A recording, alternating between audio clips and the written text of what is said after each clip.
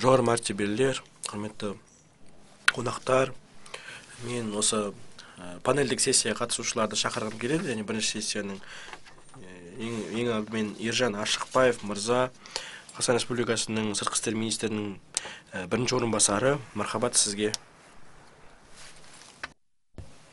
Саид Хатибзаде, сыртқы істер министрінің орынбасары, Иран Ислам Республикасының саясаттану және халықаралық қатынастар институтының басшысы. Сонымен қатар Джошуа Линкольн, халықаралық заң және басқару Флетч мектебінің халықаралық басқару және заң орталығының аға маманы, аға басшысы. Линк Уан, ол әлеуметтік Еуропа және Азия әлеуметтік даму институтының басшысы. Сонымен қатар Чарльз Маклин, ол осы шекарасыз консалтинг групп компаниясының негізін қалаушысы, басқарушысы. Осы маңызды панельдік сессияға қош келдіңіздер. Көп жақтылық туралы біздің маңызды сессиямыз. Бұл өте маңызды. Мен үшін үлкен мәртебе. Осы өте маңызды уақытлы сессияны басқару. 8 ғасыр бойы көп жақтылық институттар, ол біздің бірлескен күш-жігеріміздің осы бейбітшілікті сақтауға, дамуды ілгерілетуге арналған іргетасымыз болды. Біріккен ұлттар ұйымынан бастап өңірлік ұйымдарға дейін осы ұйымдар әртүрлі қақтығыстарды алдын алуға, ынтымақтастықты ілгерілетуге мүмкіндік берді. Яғни қазіргі таңда біз өзімізді өте маңызды кезеңде тұрмыз. Әлем шында да айтарлықтай трансформациядан өтіп жатыр. Әртүрлі геосаяси дүрбелеңдер, сонымен қатар климаттың өзгеруінен бастап пандемия, цифрлық басқару, экономикалық теңсіздік, сонымен қатар оның барлығының транснационалдық сипаты бар екен атап өткім келеді. Біз осы сын-қатерлердің барлығына халықаралық, жаһандық, басқарушылық тұрғысынан ден қоюымыз қажет. Біз өзіміздің институттарымыздың артықшылықтарынан, кемшіліктерінен не үйренеміз? Біз осы заманның сын-қатерлеріне, осы сын-қатерлерге қалай бейімделеміз? Біздің панельдік сессиямызға осы тәжірибелі мамандарымыз қатысып отыр. Және біз олардың осындай көзқарастарын, пікірлерін тыңдайтын боламыз. Рахмет сіздерге. Енді бастайық. Бірінші спикеріміз Ержан Ашықбаев, Қазақстан Республикасының сыртқы істер министрінің бірінші орынбасары. Сөз кезегі сізде. Сізді құттықтай отырып, сіздің осы тағайындалуыңызбен құттықтағым келеді. Ашықбаев мырза, ол Қазақстанның сыртқы саясатын қалыптастыруда кілтті рөл атқарды. Ол әртүрлі мемлекеттік органдарда, мемлекеттік лауазымдарда жұмыс жасады. Ол осы Қазақстанның ақш-тағы елшісі қызметін атқарды. Рахмет сізге, модератор ханым. Қайырлы таң, құрметті қонақтар. Маған осындай керемет, құрметті аудиторияның алдында сөз сөйлеу үлкен мәртебе. Бүгін Астанада келгендеріңіз үшін зор ризашылығымды білдіремін. Астана Think Tank форумы біздің әдемі Астана қаласында өтіп жатыр екінші рет. Бұл шараға Қазақстан Республикасы сыртқы істер министрлігінің қатысуы игі дәстүрге айналды. Осындай беделді аудитория алдында сөз сөйлеу мен үшін де үлкен мәртебе. Біздің осы стратегиялық ойлау, стратегиялық ауыз түйісімізді байтып жатыр. Біздің барлық бұған дейінгі спикерлеріміз шында да біз өзгермелі, белгісіз дәуірде өмір сүріп жатқанын айтты. Әлеміміз бытыраңқыланып жатыр. Менің бір айтқым келетіні, өзекті мәселелердің бірі осы сенімнің жоғалуы, сонымен қатар блоктық ойлау мәселесі. Бұл біздің ынтымақтастық, диалогқа ортақ елшілігі деген халықаралық жүйенің негіздерін шайқалтуда. Осындай күрделі жағдайда сындарлы консенсус қалыптастыру көп жақтылық нығайту айрықша маңызға ие болды. Өйткені тұрақты және әділ әлемдік тәртіпті сақтау енді кеңірек халықаралық ойыншылар тобының ортақ жауапкершілігіне айналды. Қазақстан Республикасының президенті Қасым-Жомарт Тоқаев атап өткендей, жоғары мәртебелі президент мырза айтқандай, орта державалар өз аймақтарында, өз өңірлерінде және одан тыс жерлерде тұрақтылық пен бейбітшілік даму ісінде негізгі рөлге ие бола бастады. Олар өздерінің әртүрлі диалогтар мен ынтымақтастық алаңдарын ұсынатын делдалдар, яғни медиаторлар ретінде жұмыс жасауда, орта державалардың жаңа рөлі осы милитарлық коалициялар мен серіктестіктер құру арқылы іске асуы мүмкін. Бұл форматтар нақты нәтижелерге қол жеткізуге мүмкіндік береді, әрі мұндай үдеріс қазірдің өзінде айқын байқалып жатыр. Жақында осы Шарм-эль-Шейхтегі бейбітшілік саммиті бұл бізге тек қана Газа секторында арналған бейбітшілік саммиті тек ірі державалардың, тек президент Трамптың ғана күш-жігері ғана емес, сонымен қатар бірқатар ортава державалардың да күш-жігерінің нәтижесі. Оның ішінде Әзербайжан, Армения мен арасындағы бейбіт келісімі процесінде де елеулі ілгерілеу байқалды. Бұл үдерістің алғашқы кезеңінде Алматыда өткен кездесу 2025 жылғы 8 тамызда Вашингтондағы бейбіт келісімге қол қоюға алып келді. Бұл соңында Қазақстанның осындай алғашқы осы бейбіт келісімнің қол қоюына арқау болды.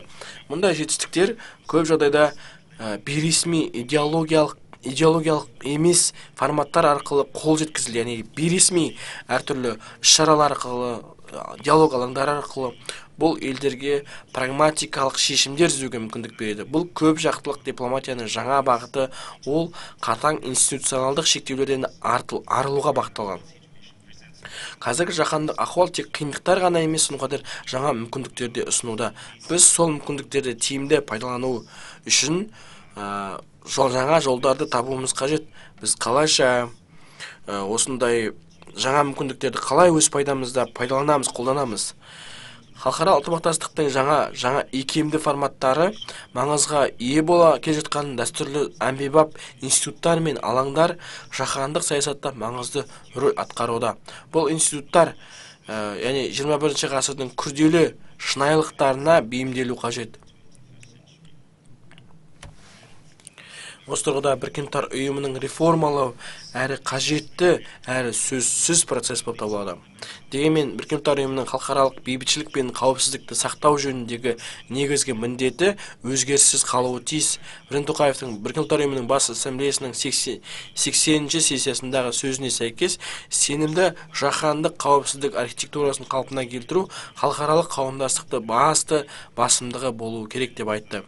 Мемлекет басшысы жаңа шынайылықтарды, жаңа сын-қатерлер жағдайында Қазақстан ұсынатын негізгі бастамаларды атап өтті.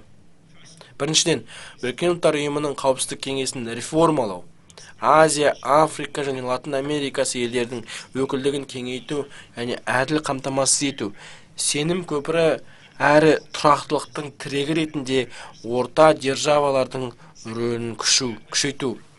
Біріккен ұлттар ұйымының жарғысын сақтау және ұйым институттарын нығайту, архитектураны заман талабына бейімдеу, бірақ ескірген рәсімдерді сақтап қалуды білдірмейді. Сонымен бірге егемендік, аумақтастық дауларды бейбіт жолмен шешу қағидаттары ешқандай ерекшеліксіз қатаң сақталуы тиіс. Ядролық державалар арасындағы жоғары деңгейлі диалогты қайта бастау және жаппай қырып жою қаруы қатерін азайту бағытында көп жақты шараларды күшейту қажет. Қазақстан бұл іске үлес қосуға, ядролық қарудан азат әлем құруды 21 ғасырдағы адамзаттың басты мақсатына айналдыруға дайын екенін атап өтті. және бұл бүкіл әлемнің басты мақсаты болуы тиіс. Сонымен қатар Қытай Халық Республикасының бастамасымен биологиялық қауіпсіздік жөніндегі халықаралық агенттікті құруды ұсынып отырмыз. Ол адамзатқа төнетін биотерроризм және жасанды пандемиялардың алдын алуға бағытталған. Бұл Орталық Азия мен Ауғанстан бойынша тұрақты даму мақсаттарының аймақтық орталығының Алматыда ашылуы Қазақстанның ұлттық және өңірлік деңгейде 2030 күн тәртібін ілгерілетуге белсенді үлес қосатынын көрсетеді. Және бұл Қазақстанның тағы бір маңызды бастамасы ол өңірдегі елдердің әртүрлі әлеуметтік мәселелерді экологиялық мәселелерді мүмкіндік береді. Тағы бір маңызды бастамасының бірі Азиядағы өзара іс-қимыл және сенім шаралар жөнінде кеңес, яғни АОСШК. Бұл ұйымның 28 мүше мемлекеті Азия құрылымының 90%-ын қамтиды және оның басты мақсаты Біріккен ұлттар ұйымының жарғысы мен халықаралық құқық қағидаттарына негізделген қауіпсіздік пен ынтымақтастық архитектурасын құру болып табылады.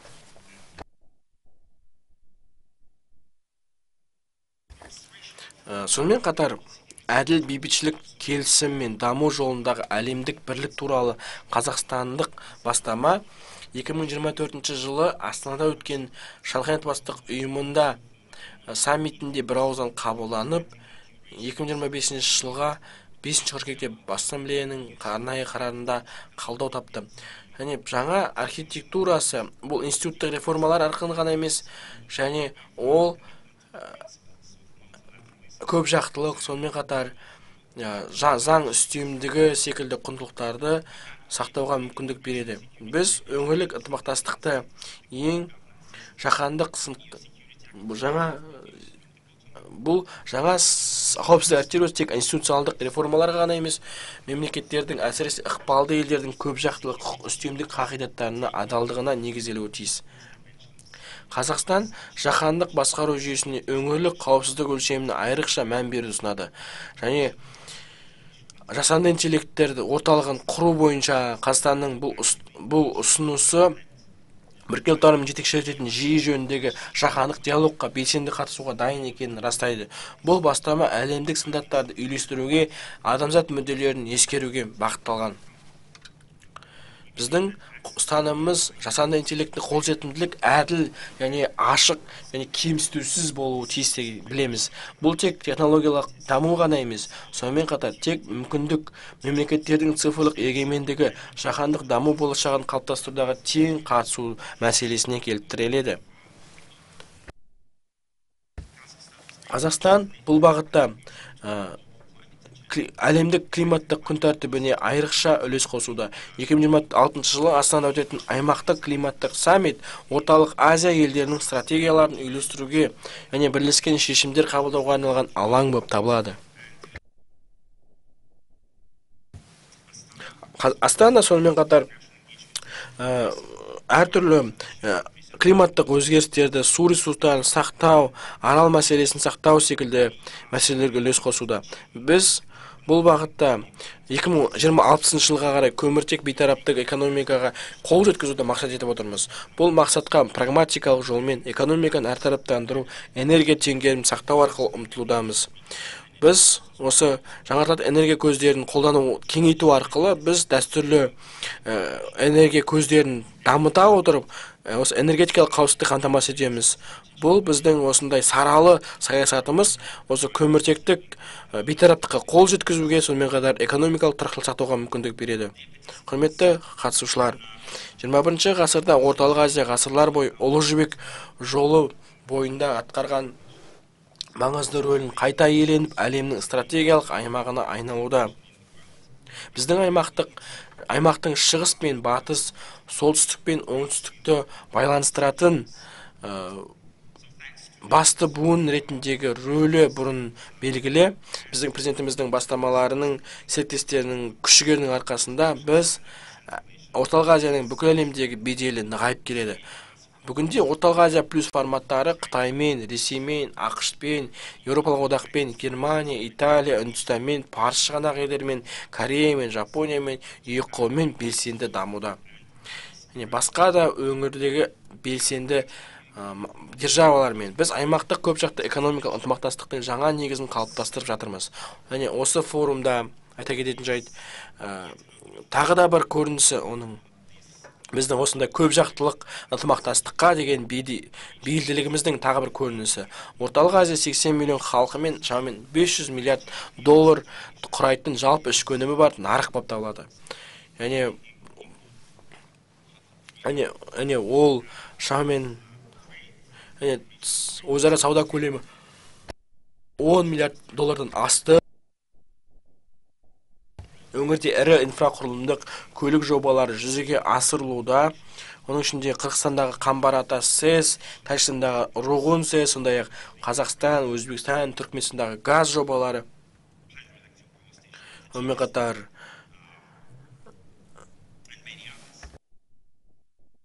біздің аймақтың көлік және транзиттік әлеуетін арттыру, өңірлік тұтастық пен байланыстылықты күшейтудің маңызды факторы болып табылады. Және қазірдің өзінде бұл өңір шынында да стратегиялық, логистикалық хаб ретінде өзінің рөлін тағы да растауда. Ол Европа мен Шығысты Азияны біріктіруде, қазірдің өзінде Қазақстан арқылы Қытайдан Европаға құрлық арқылы өтетін жүктердің 85% қамтамасыз етіп отыр. Біз Транскаспий халықаралық көлік дәлізі, бір белдеу, бір жол секілді бастамаларды, сонымен қатар осы трансконтиненталдық белсенділікті қамтамасыз етуге біз өзіміздің атсалысатынымызды айтып өткім келеді. Біз осындай Транскаспий халықаралық көлік дәлізі, бір белдеу, бір жол бастамасы және Еуроодақтың Global Gateway жобасы сияқты ірі халықаралық бастамаларға ерекше басымдық береміз. Бұл жобалар Орталық Азияны Еуразия кеңістігіндегі интеграциялық логистикалық орталықтарға айналдырады.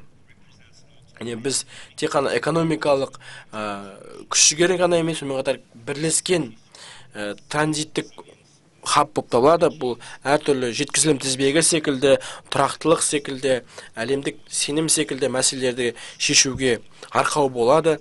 Біз бұл арқылы осы өңірлік, сонымен қатар халықаралық ойыншылардың арасындағы сенімді күшейтеді. Мен өзімнің сөзімді тамамдаудамын. Мен тағы бір бірқатар мәселеге тоқтала кетейін. Қазіргі уақытта біз әлемдік бейбітшілікті сақтау үшін біз батыл шешімдер қабылдауымыз қажет. Біздің барлық түсінеміз, және осындай сындарлы диалогтың көмегінсіз болмаса, біз жаһандық күн тәртібіндегі тұрақтылықты сақтай алмаймыз. Әртүрлі санкциялар, геосаяси сын-қатерлер, бұл тек қана сол қақтығыстарға қатысып жатқан мемлекеттер ғана емес, сонымен қатар басқа да үшінші мемлекеттерге өзінің салдарын тигізуде, әлемдік жаһандық экономикаға әсерін етуде. Осы жағдайларда біз бірлескен күш-жігер қабылдап, мемлекеттер арасындағы сенімді күшейтуіміз қажет.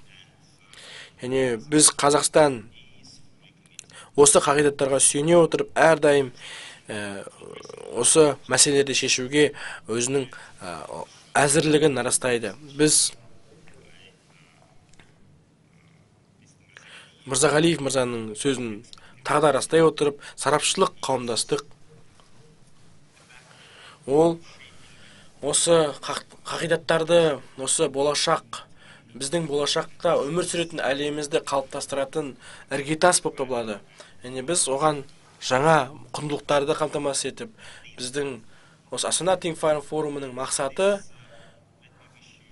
мен сіздерге осындай пікірталастарыңыздың ортақ шешімді іздеуге деген ынталарыңыздың жемісті болуын тілеймін. Рахмет.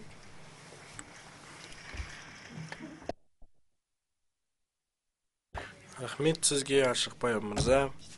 Сіз көптеген маңызды тақырыптарды талқыладыңыз. Менің үшеуіне тоқталып кетейін. Біріншісі, ол сіз орта державалардың рөлі туралы айттыңыз, Қазақстан секілді.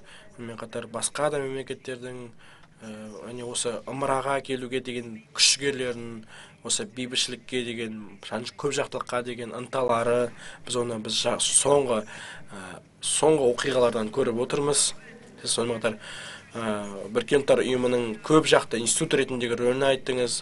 80-ші мерейтойлы саммиттегі сөздерін айттыңыз. Бұл біздің барлықтарымызға оның осы үйренген сабақтарымызды, үлгілерімізді оған біз оны тоқталуға мүмкіндік алып отырмыз. Және Біріккен Ұлттар ұйымының Қазақстанның позициясын тоқталып кеткеніңіз үшін зор ризашылығымды білдіремін. Сонымен қатар сіз Асан интеллект туралы айттыңыз, Қазақстанның бұл бағыттағы басымдықтары, күш-жігерлері туралы айттыңыз. Бұл өте. Сонымен қатар сіз осы жиыға деген тең қолжетімділік туралы айттыңыз. Біз бірлесе отырып экономикалық өсімге бағыт алуымызға болады, бірақ қолжетімділік барлығымызға тең болу қажет. Сіз келесі жылы болатын экологиялық саммит туралы айттыңыз. Осындай өңірлік іс-шаралар, диалогқа деген алаң, бұл көп жақтылыққа шынында да мүмкіндік береді. Енді келесі сөз кезегін беруге рұқсат етіңіздер. Саид Хатибзаде,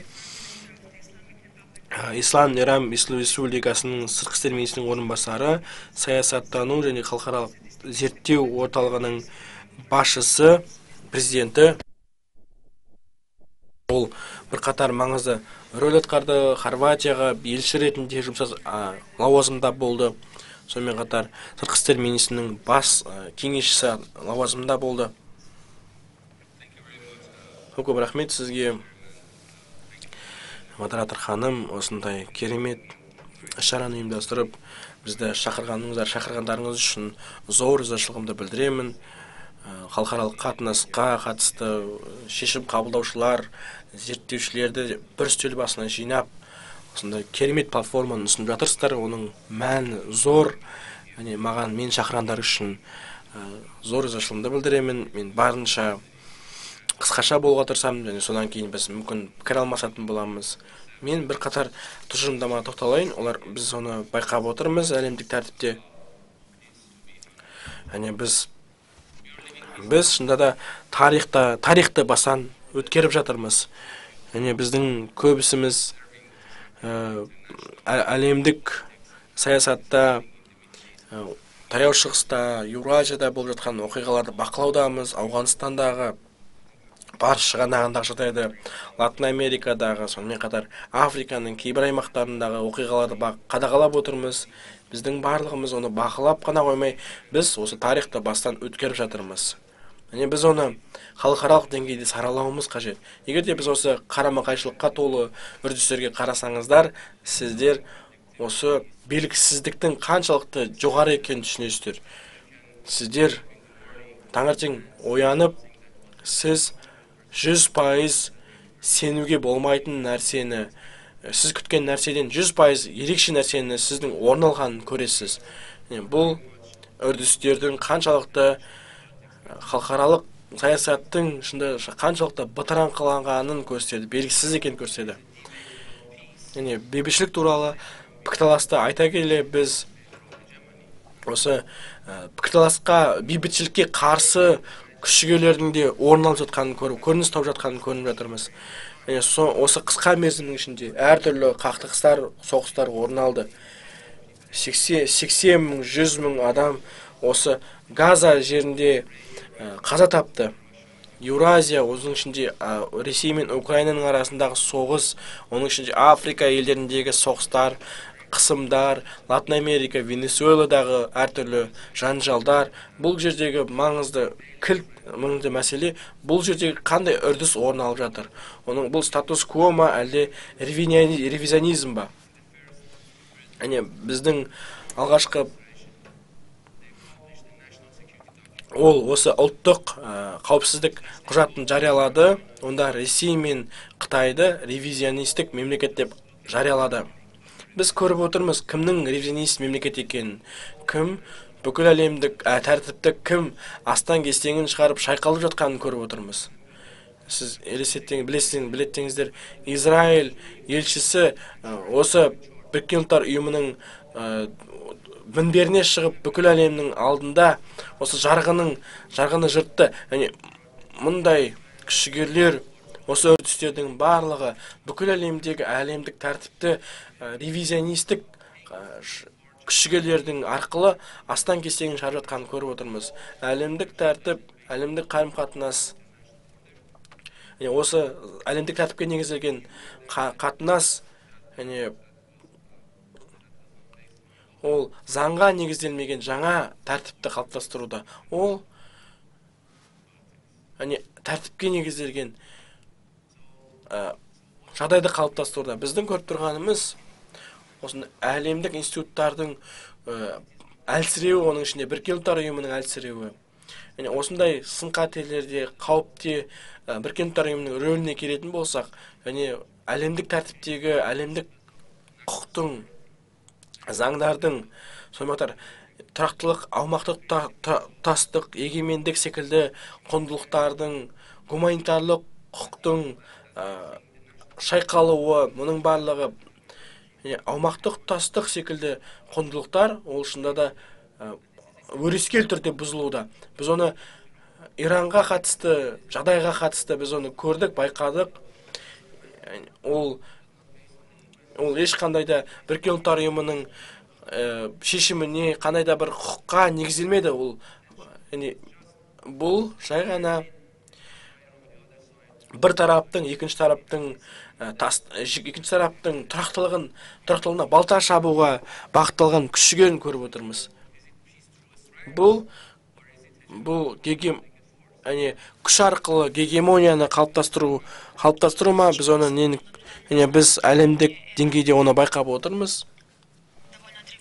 Бұл шында да өте өрескел, өте қауіпті. Бірнеше апта бұрын бір индекс, бейбітшілік индексі бойынша есеп жариялады. Бүкіл әлемдегі жалпы ішкі өнім 30% осы әскери шығындарға бағытталған. Жалпы ішкі өнімнің 11% осы әскери мақсаттарға бағытталып жатқанын көріп отырмыз.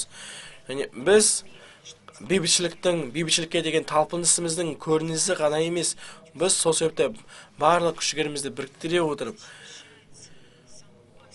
осы бейбітшіліктің, әлемдік тәртіптің осы негізін сақтауға біз тырысуымыз қажет.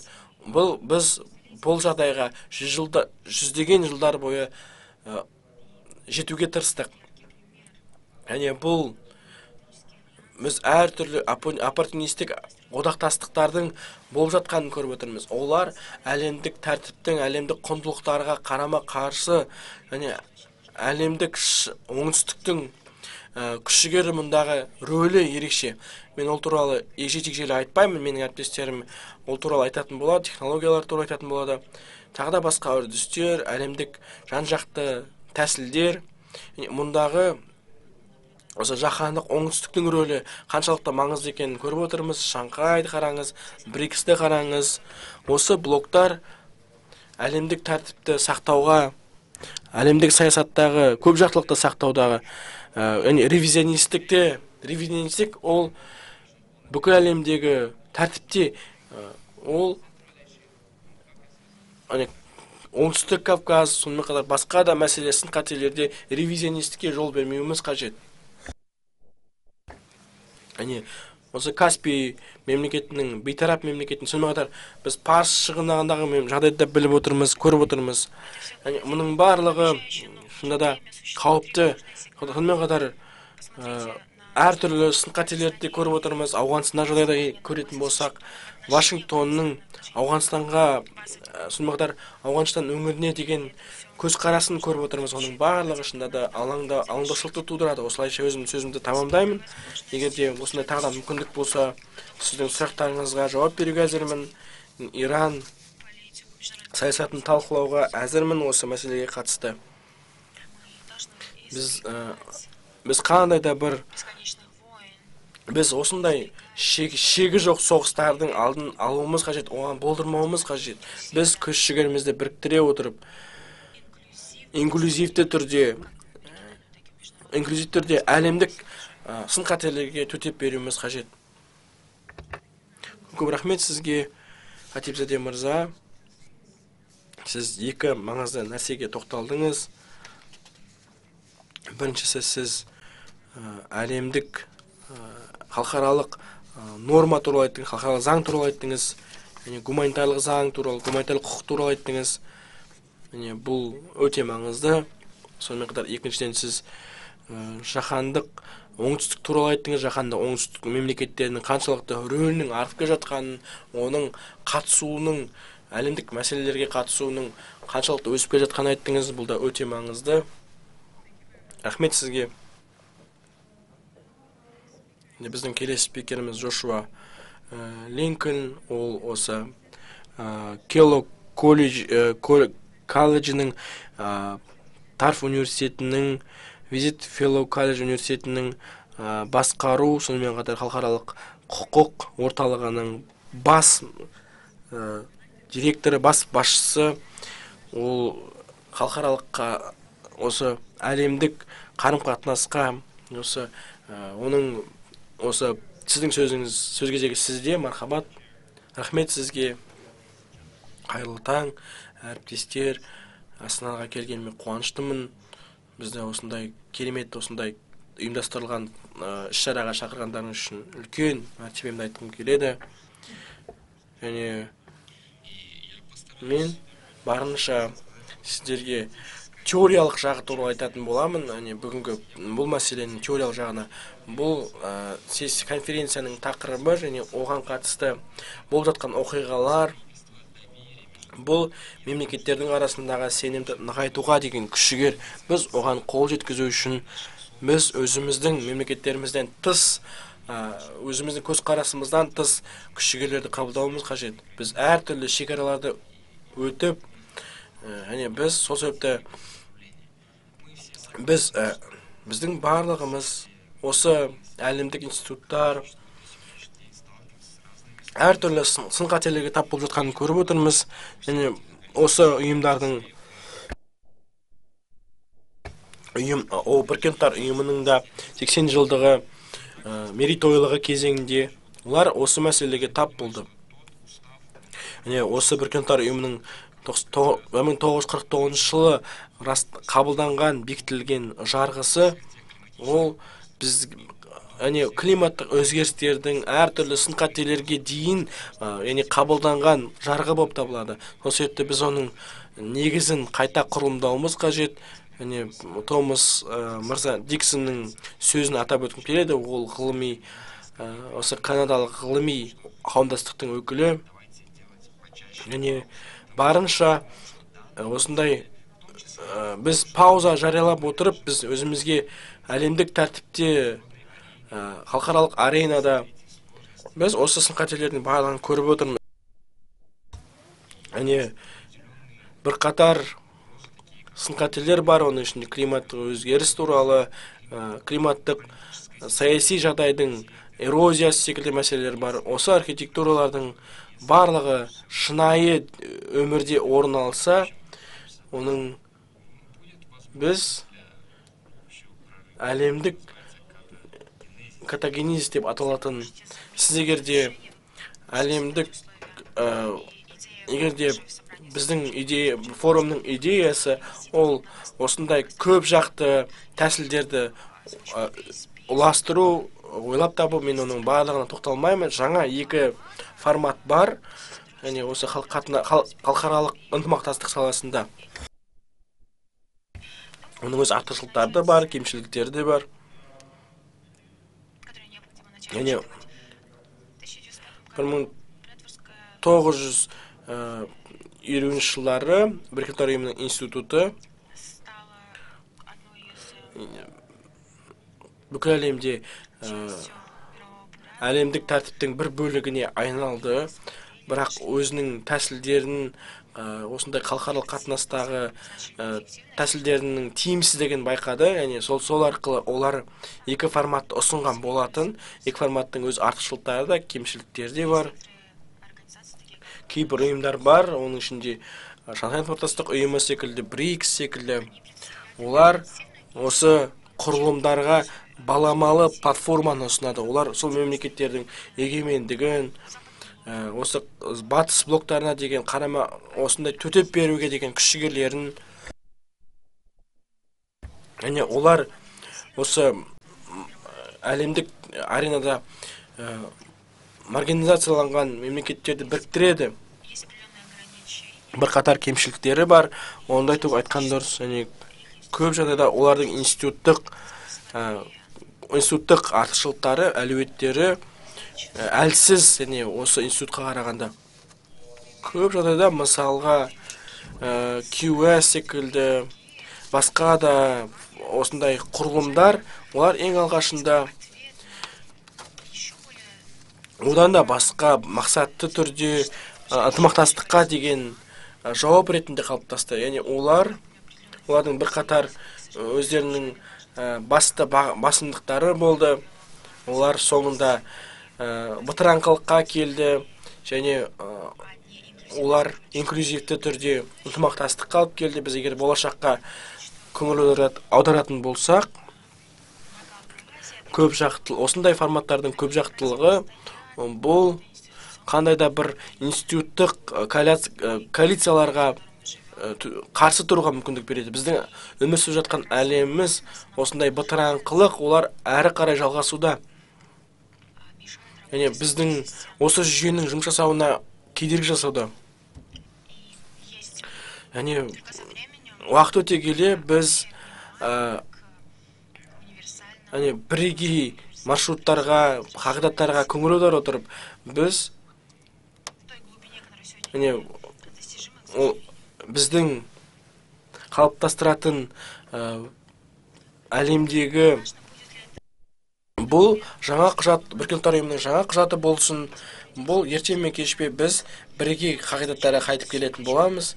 Бұл қазірдің өзінде орын алды. Әртүрлі сын-қатерлер, реформаға деген үндеулер, Біріккен ұлттар ұйымын, сонымен қатар Біріккен ұлттар ұйымының рөліне деген көңіл толмаушылықтарды көріп отырмыз. Ол жиі естіліп жатыр. Бұның жолы шында да ұзақ.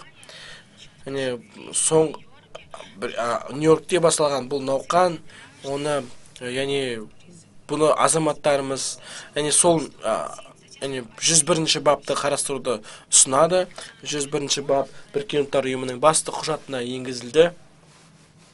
1955 жылы, осы Қарақабақ соғысының кесірінен оған осы 101-ші бапты енгізу мүмкін болмады, бірақ Индияның, Бразилияның, Оңтүстік Африканың басшылары, олар басты құжатты қайта қарастыруға дауыс берді.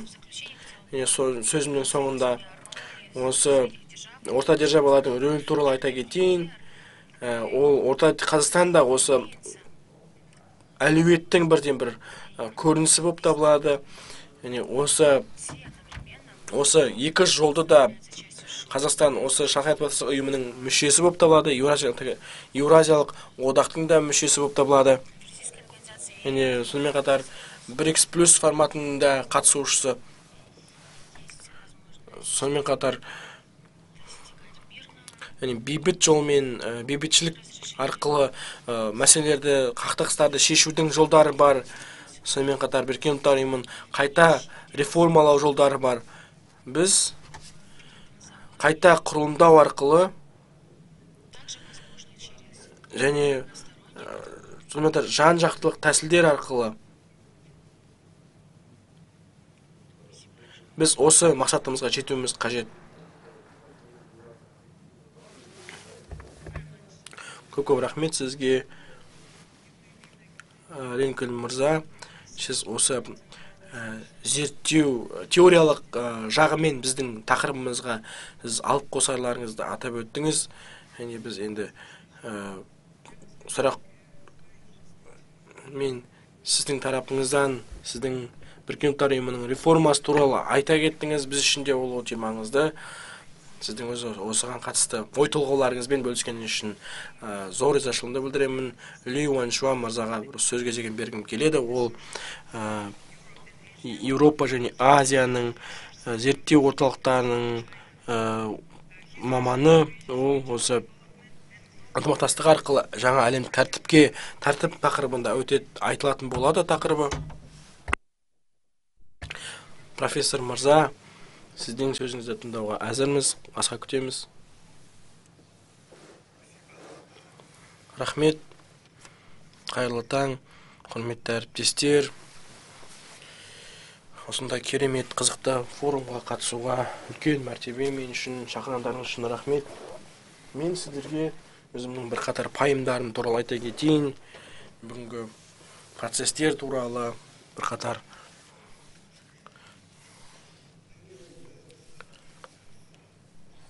біз қайшылықтар мен қақтығыстарға толы аса күрделі халықаралық жағдайға бет-бе-бет келіп отырмыз. Ірі державалар арасында қатынастар белгісіздікке толы, ал климаттың өзгеруі, терроризм, өңірлік жанжалдар сияқты жаһандық мәселелерді шешу үшін ірі елдердің үйлесімді іс-қимылы ауадай қажет. Бірақ ірі державалар кедендік және сауда соғыстарымен, санкциялармен тап болудамыз. Сонымен қатар осындай санкциялар, олардың артында әлемдік тәртіптің трансформациясы жатыр. Бір полярды әлемнің тағдыры туралы ойланатын кез келді. Қарақабақ соғыстың аяқталғаннан кейін біз 30 жыл бойы бір полярды әлемде өмір сүрдік. Бір полярды әлем қалай қалыптасты? Бұл процесті түсіну қазіргі әлемнің жағдайы мен үрдісін түсінуге көмектеседі. Яғни Қарақабақ соғысы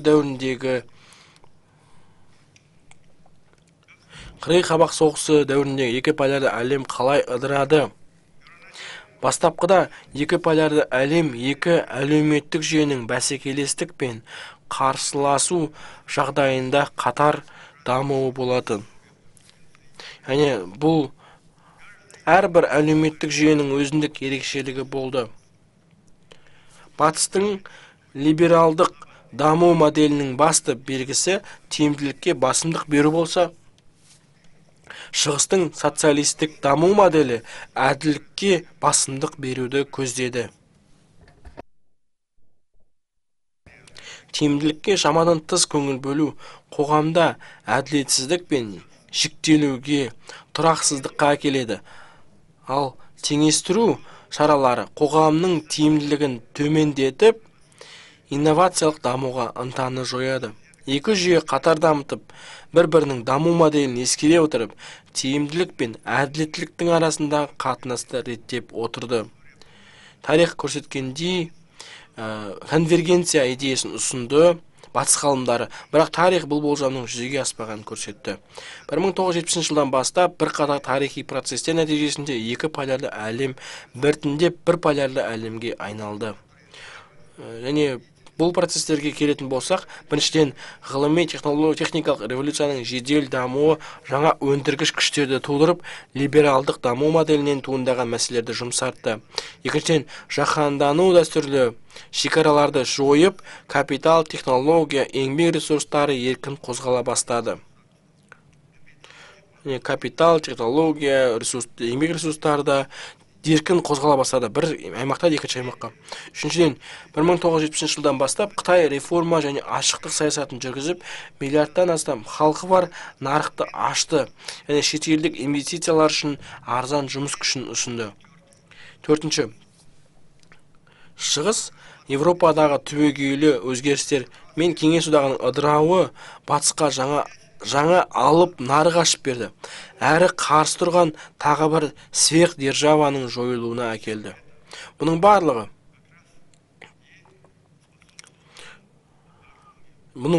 бір поляр әлемге алып келді. Сол себепті әлемдік Фукуяма ол туралы айтты, тарихтың соңы деп атап өтті. Бірақ біз бір полярды әлемнің аяқталу кезеңінде өмір сүріп отырмыз. Бұл кезеңнің белгілері мынадай. Біріншіден, ірі экономикалардың дамуы пайда болуы. Екіншіден, ірі экономиканың дамушы елдердегі көтерілуі. БРИКС елдер сияқты дамушы нарықтық экономикалардың өсуі, Ресейдің кем дегенде саяси әскери тұрғыда қайта жандануы. ақш пен батыс блогының әлде қуатты болғанымен, экономикалық жаһандану ережелерін енді монополизациялау алмауы. Глобалды оңтүстік елдерінің барлық елдердің мүддесін ескеретін әлемдік тәртіпті орнатуға ұмтылса. Әлем алдында тұрған ортақ қауіп-қатерлер мен сын-қатерлер тек жаһандық деңгейде шешілуі мүмкін. Ешбір мемлекет жалғыз ғана оған қарсы төтеп бере алмайды. Ірі державалар мен жаһандық ықпалы бар көшбасшылар қазіргі халықаралық жағдайды түрліше сипаттаса да, олардың түпкі ойы бір. Қытай Халық Республикасының төрағасы Си Цзиньпин бірнеше рет әлем соңғы 100 жылда мұндай үлкен өзгерістерді, трансформацияларды бастан кешпегенін атап өтті. Қытай дәйекті түрде көп полярлылықты қолдайды. Владимир Путин де айтқандай бір полярлы әлемнің аяқталғанын мәлімдеді. Тоқаев та біз жолдауын әлемнің күрделі тарихи дәуірге аяқ басқанын, жаңа әлемдік тәртіпке қалыптасып жатқанын атап өтті. Жаңа полярлы көп полярлы әлемнің қалыптасқанын атап өтті. Осы жағдайда ынтымақтастық көп полярлы әлемнің басты белгісі болуы тиіс. Бір полярлы әлемнен көп полярлы әлемге өту пайдалы процесс болуы тиіс. Бұл құбылысты біз бүгін айқын көріп отырмыз. Үлкен державалар өзара ымыраға келуі тиіс көп мәселелер бойынша. Біз ақш пен Қытай Халық Республикасының арасындағы ынтымақтастықтың тығыз болуына мүдделіміз. Ешкім ондай қарым-қатынасты қаламайды. Қарым-қатынас одан әрі қалыпты болатынына білемін, бірақ оған жететін жолымыз күрделі. Біз әртүрлі міндеттемелерімізді қабылдадық, әлемдік қауымдастықтың алдындағы жауапкершіліктерімізді орындадық. Қазіргі уақыттағы тарифтің өзі 5%-ді құрайды. Дамыған мемлекеттердің пайызы. Біз егер осы мақсатты орындайтын болсақ, тарифтік соғыс басталып кетті. Қазір Қытай жаңа бағытта дамып жатыр. Ол біз өзіміздің серіктестерімізбен, оның ішінде Орталық Азиядағы серіктестерімізбен тығыз жұмыс жасаудамыз. Болашақ әлем қандай болады? Ол туралы Қытай, Орталық Азия мен Қытай халық арасындағы қарым-қатынас, бұл Қытай мен Орталық Азия мемлекеттерінің тығыз ынтымақтастығы. Ерте ме кеш пе Қытай мен ақш-тың арасында қарым-қатынас бір қалыпты болады, және көп полярлы әлем орын алатынына, көрініс табатынына сенімдімін, және оның пайдасы зор болады деген ойдамын. Назарларыңызға рахмет.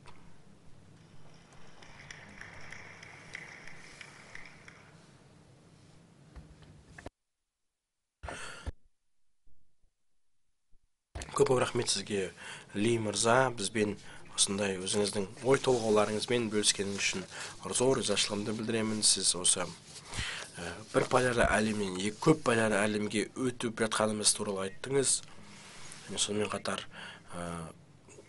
өзара құрметтің, ынтымақтастықтың қаншалықты маңызды екенін де атап өттіңіз. Көп рахмет сізге. Біздің ең соңғы спикеріміз Чарльз Маклейн, ол Borderless Consulting компаниясының басқарушы директоры, негізін қалаушы. Оның көзқарастары, ой толғаулары шынында да жеке секторға деген үлесі де айрықша. Мархабат, сөз кезегі сізде. Рахмет сізге, модератор ханым. Астана Think Tank форумында сіздерді көргеніме қуаныштымын. Шында да бірегей платформа Астанада келгеніме қуаныштымын. Осындай құрметті аудиторияғында сөз сөйлеген қуаныштымын. Мен қысқаша Біріккен ұлттар ұйымы туралы, кемшіліктері, олқылықтары, көп жақты институттардың олқылықтары туралы айта кетемін. Және шында да әлем, шында да дағдарыстық жағдайда бастан өткеріп жатыр. Біз қаншалықты орта державалардың рөлінің артып келе жатқанын көріп отырмыз. Осы сарапшыларымыз, академиктарымыз ол туралы айтып жатыр.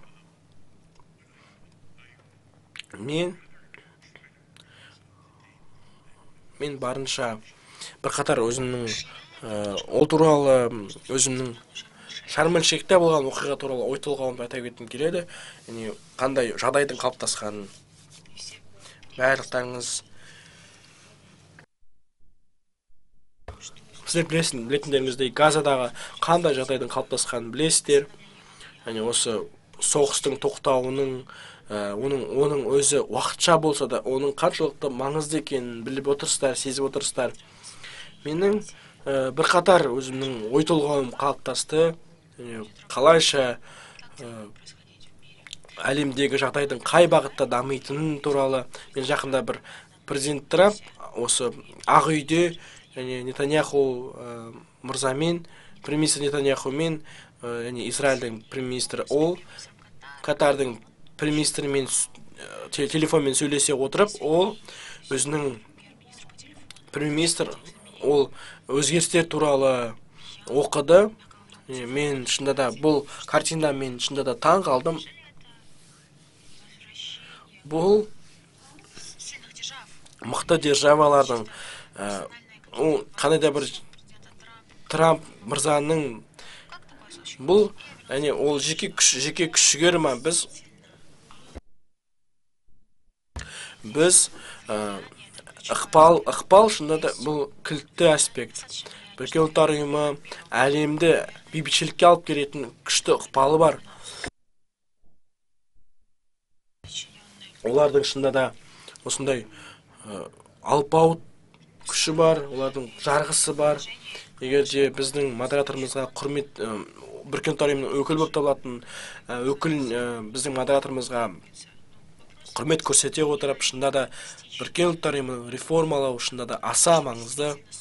Және біз ықпал мәселесіне келетін болсақ, Газа мәселесінде, Украина деңгейіндегі мәселе келетін болсақ, бұл бізге мен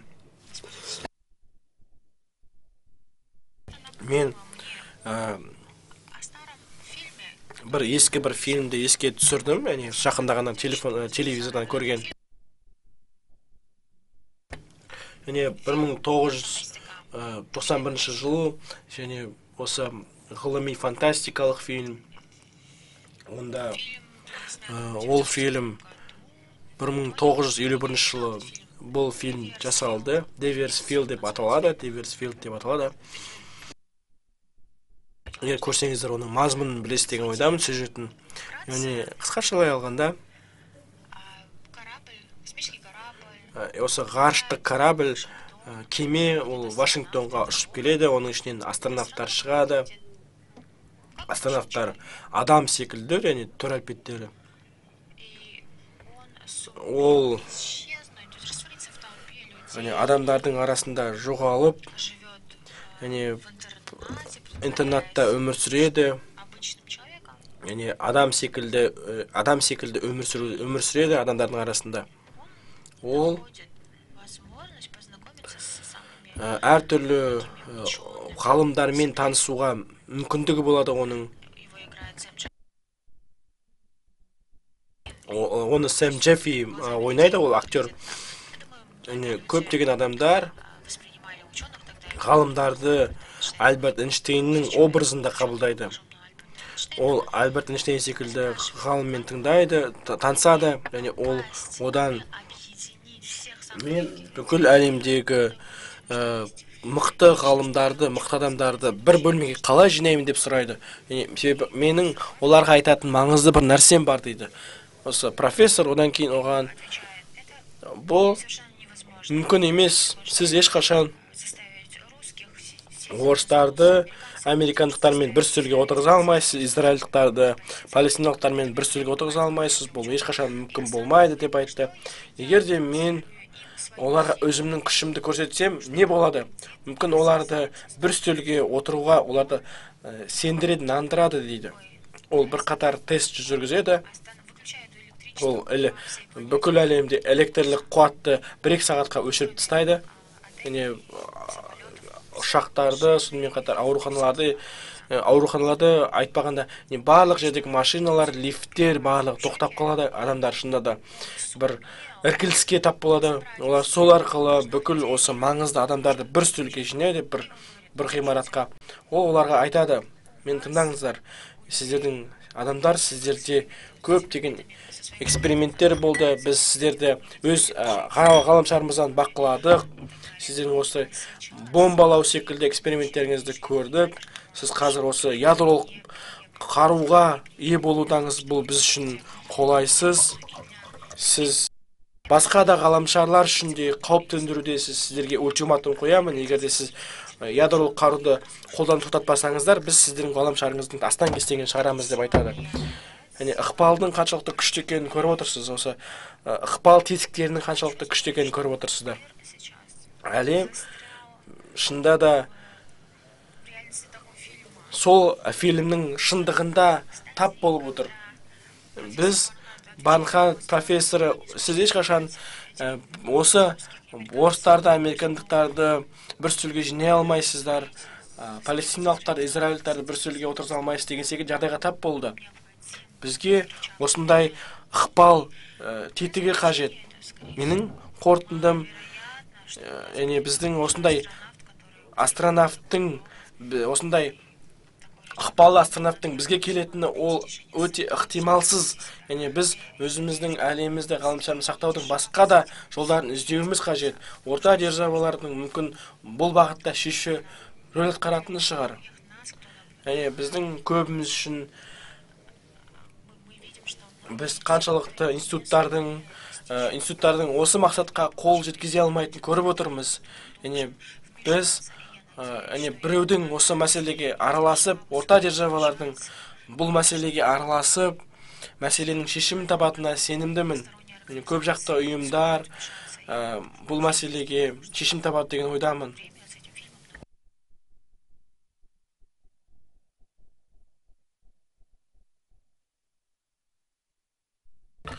Рахмет сізге, Маклейн мырза.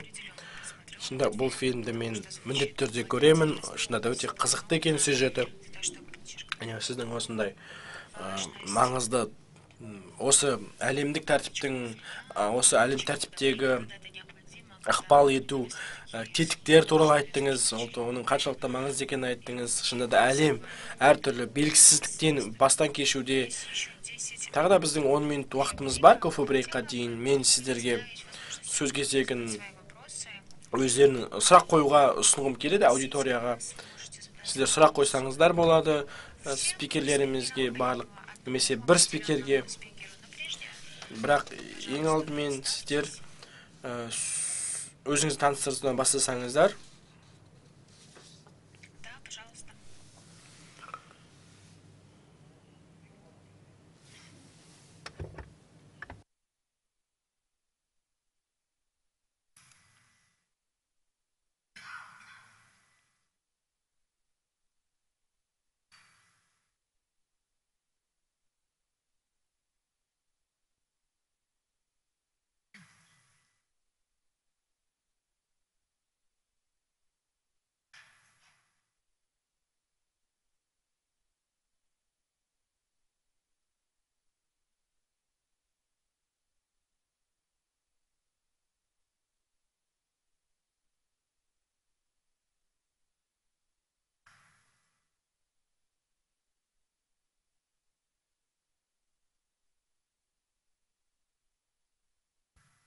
Thank you, dear speakers, for this kind of discussion.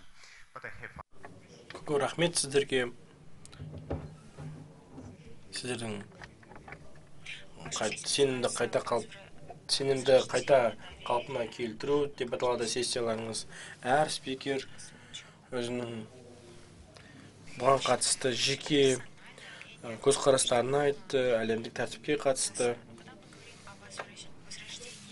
Біз сенімді қайта қалпына келтіру айтқан кезімізде бір қандай да бір компромисстер туралы айтамыз. Сіздер, құрметті спикерлер, қандай компромиске, ымыраға біз жақын болашақта келе аламыз? Әлемдік аренада біз көріп отырғанымызда ешқандай компромистің орын алып жатқанын көрмей отырмыз.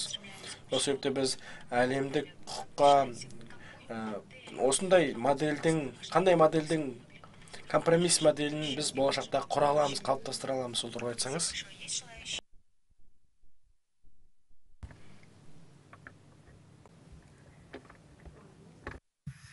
Okay, I've been designated as the volunteer. Мен ерікті ретінде таңдалдым. Ответить на этот вопрос. Можно, пожалуйста? Спасибо. Вопрос. Сұрақтың мәнісі осында. Вопрос мы бы не назвали нашу сессию таким Егер де біз мәселенің мы начинаем зерттейтін болсақ, біз өзіміздің осы сенімді қайта қалпына келтіру, қайта жандандыру бойынша біз өзіміздің күш-жігерімізді бағыттап жатырмыз. Біз қайта түсінуіміз қажет, біз қандай бағыттамыз, қай бағытқа жылжып жатырмыз, қандай кедергілерге тап болып жатырмыз, оның барлығын саралауымыз қажет. Біз тарихты осы бірегей халықаралық ұйымдардың рөлін біз қайта қарауымыз қажет, қайта реформалауымыз қажет. Және біз в свое время был осы институттарды қалыптастырдық, яғни негізін қаладық. Оның себептері болды, оларды өзінің. Бірақ дегенмен қазір әлем, осы ұйымдар, халықаралық институттар найти разрешение этих университетов. бұл бірегей мәселелердің шешімін таба алмауда. Бұл себепте біз осындай тарихи жағдайдамыз, тарихи сатыдамыз. И необходимо основать новые Біз жаңа ынтымақтастықтарды қалыптастыруымыз қажет Орталық Азияның тарапынан. можно взять этот Және осы өңірде біз осы бастама ретінде қарасақ болады.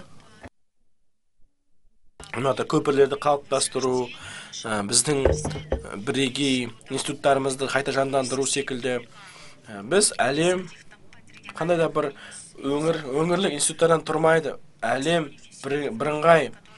Және разрешению. Нам необходимо бізге найти пути әртүрлі тәсілдерді қолдана отырып, жұмысты қалай бір жолға қоюымызға болатын түсінуіміз қажет.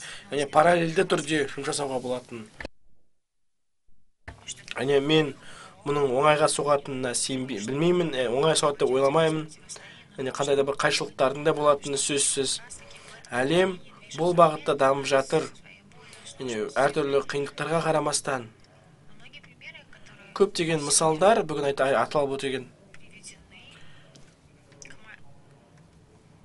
Я не уверена, что слово компромисс Және действительно біздің верным.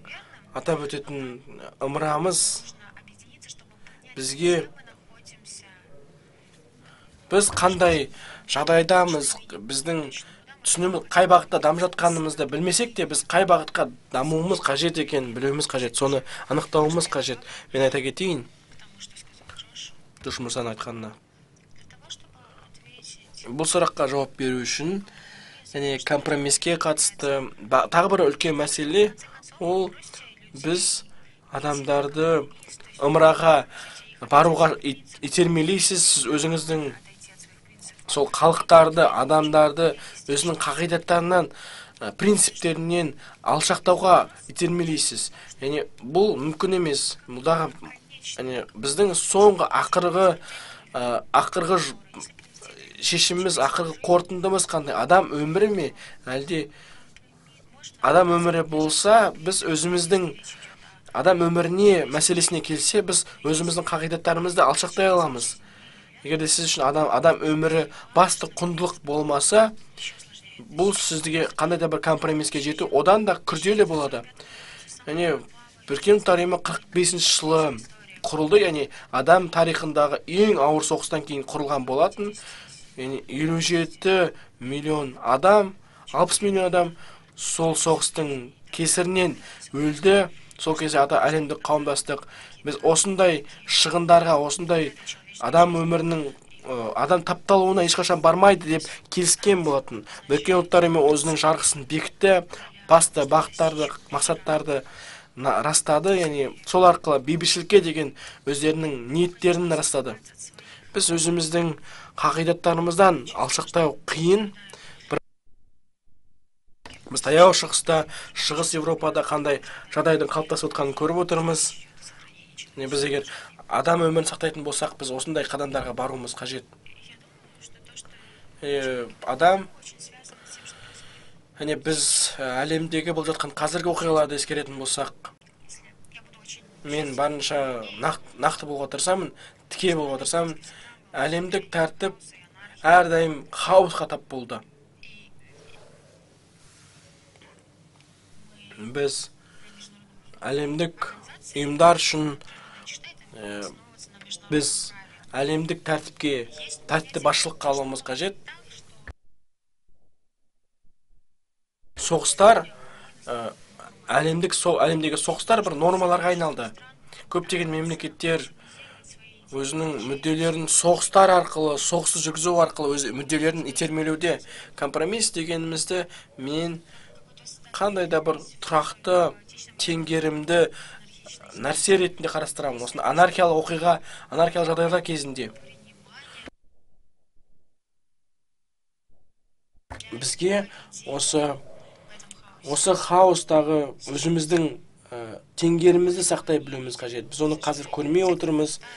Әлемдегі статус-квоға қайтып келе жатқан мемлекеттер, осы қауіпсіздікті, қандай да бір тәртіпті қалыптастырып жатқан күш-жігерлерді көріп отырмыз. Біз әлемнің әртүрлі түкпіріндегі жағдайларды көріп отырмыз. Сол себепті бізге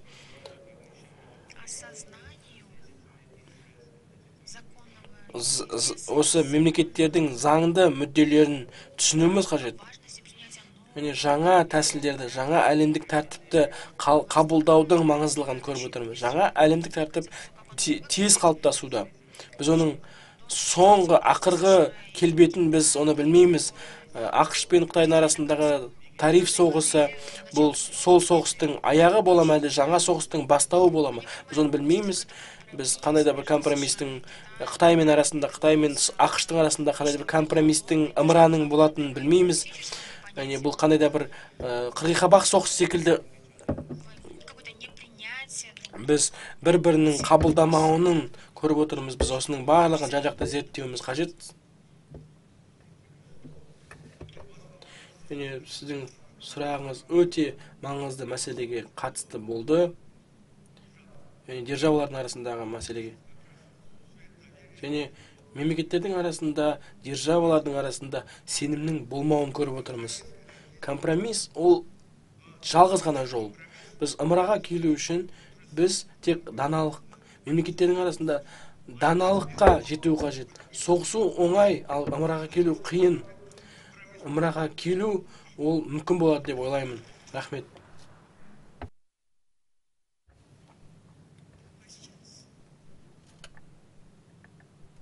Сұрақтарыңыз бар ма тағы да?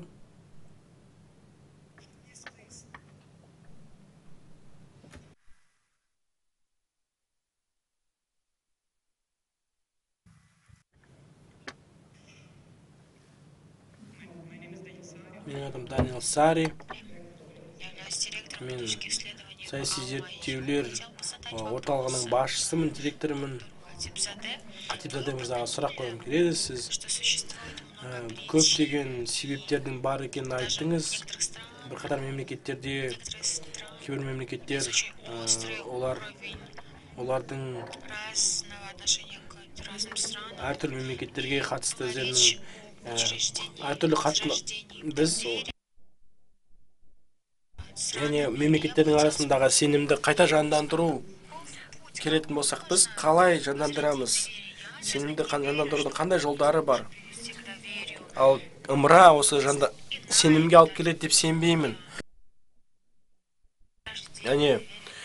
Мемлекеттердің арасындағы сенімге келудің тағы бір қосымша жолдары бар шығар.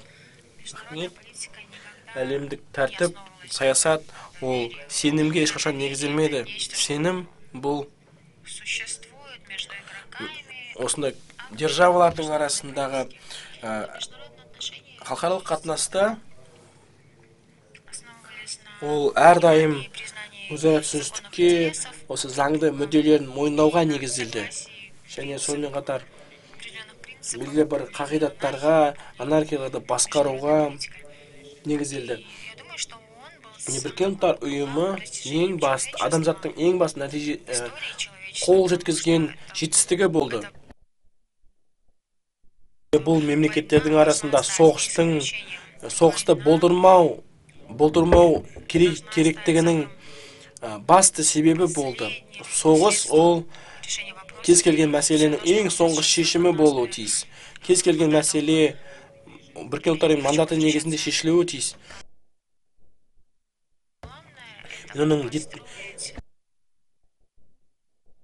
Және біздің осы іргелі қағидаттарымызға негізделе отырып шешімді табуымыз қажет. Біз жаңадан бір нәрсені ұсынудың қажеті жоқ.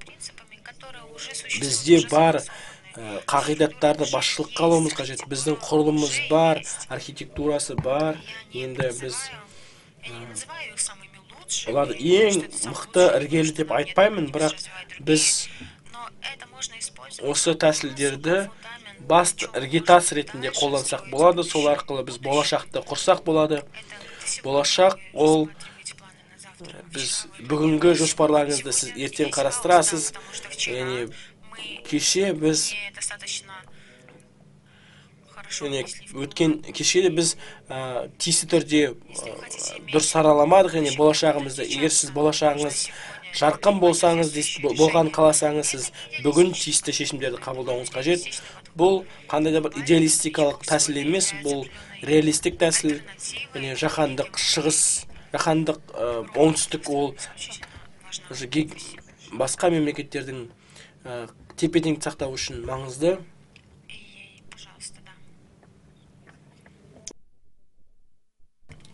Соңғы сұрағымыз, бізге сессиямызды аяқтауымыз қажет.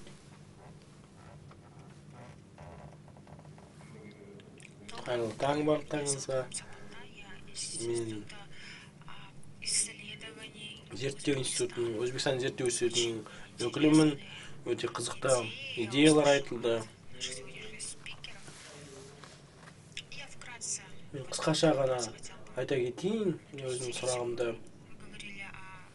Сіздер ықпал ету тетіктері туралы айттыңыз, Ли мырза сенім туралы айттыңыз, сіздер таяу шығыс туралы айттыңыздар, Джошуа мырза сенім туралы айтты. Сенімнің осы мақсаттарға кезең-кезеңмен жету қажет екен туралы айтты. Батыс пен шығысты орта дәліз арқылы біріктіру туралы айтты. Біз көптеген тәсілдерді естідік. Біз Чарльз мырзаның, Трамп мырзаның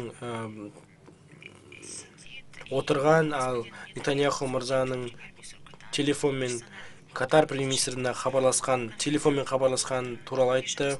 Бұл осы таяу шығыстағы мәселені шешудің бір кілтті күш-жігер арқылы айтты. Сонымен қатар институттардың рөлі қандай?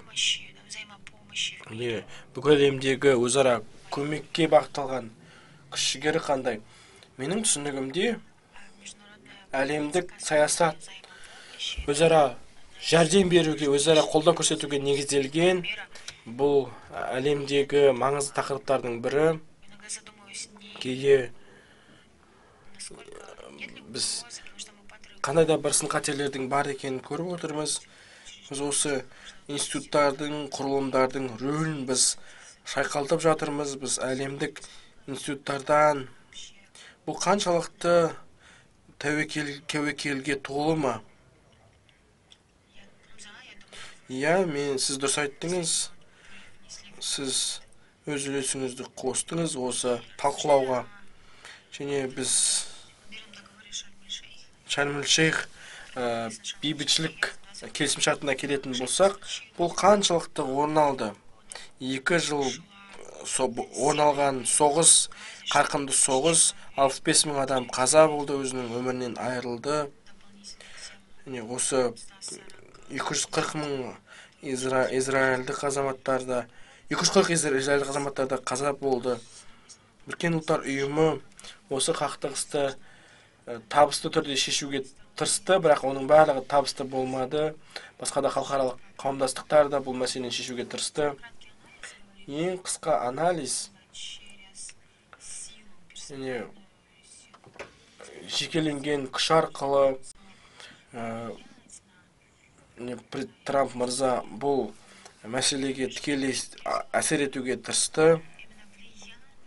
Және бұл осы қақтығыс, бұл президент Трамптың Нетаньяхуға ықпал ету тетігі, ол өзара үстелде келісті, немесе мүмкін олда біз болашақта Израильға қандай да бір қаржыта бермейміз, немесе қару бермейміз деген секілді ықпал болды ма? Ол ықпал қандай да бір бейбітшілік келісімге келуге мүмкіндік арқау болды ма?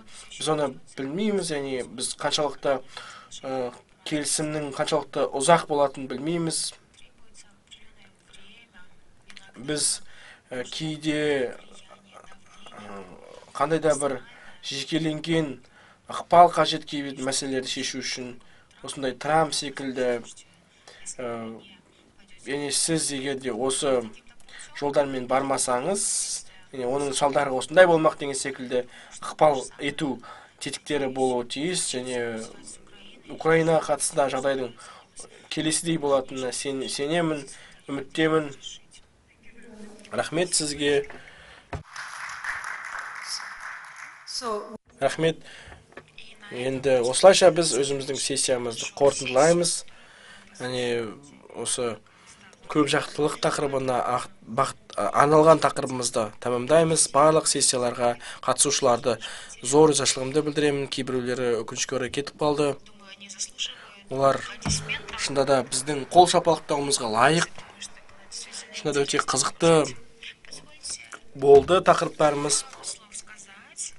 Мен бірқатар біздің спикерлеріміз өзінің өте қызықты көзқарастарымен, ой толғауларымен бөлісті, әртүрлі көп жақтылыққа қатысты. Оның ішінде әлемдік осындай бытыраңқы әлемдегі тәсілдерін ұсынды. Барлығымыз келісеміз деп ойлаймын. Кейбір спикерлеріміз орта державалардың рөлі шынында да күшеюде.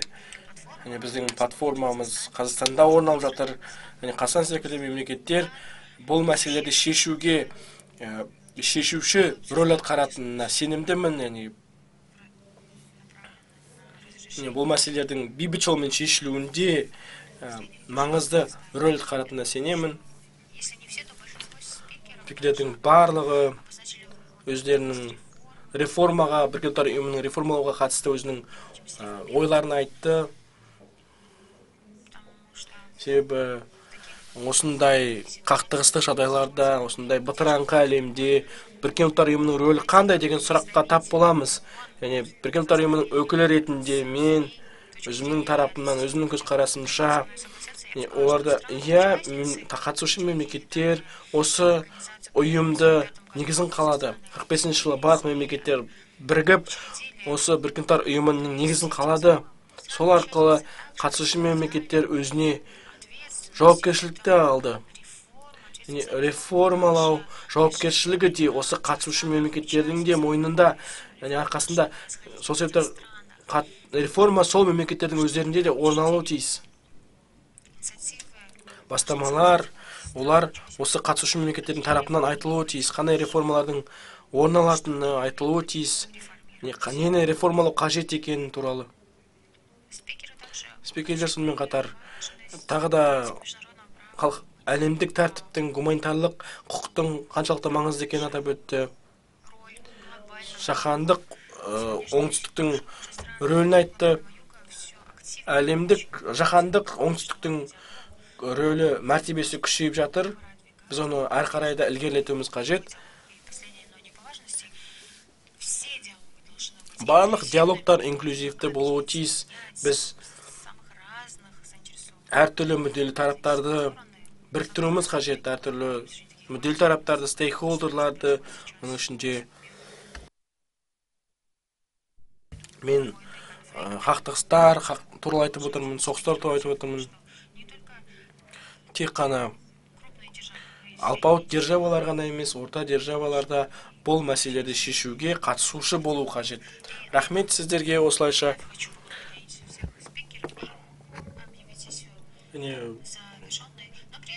бірақ сіздерді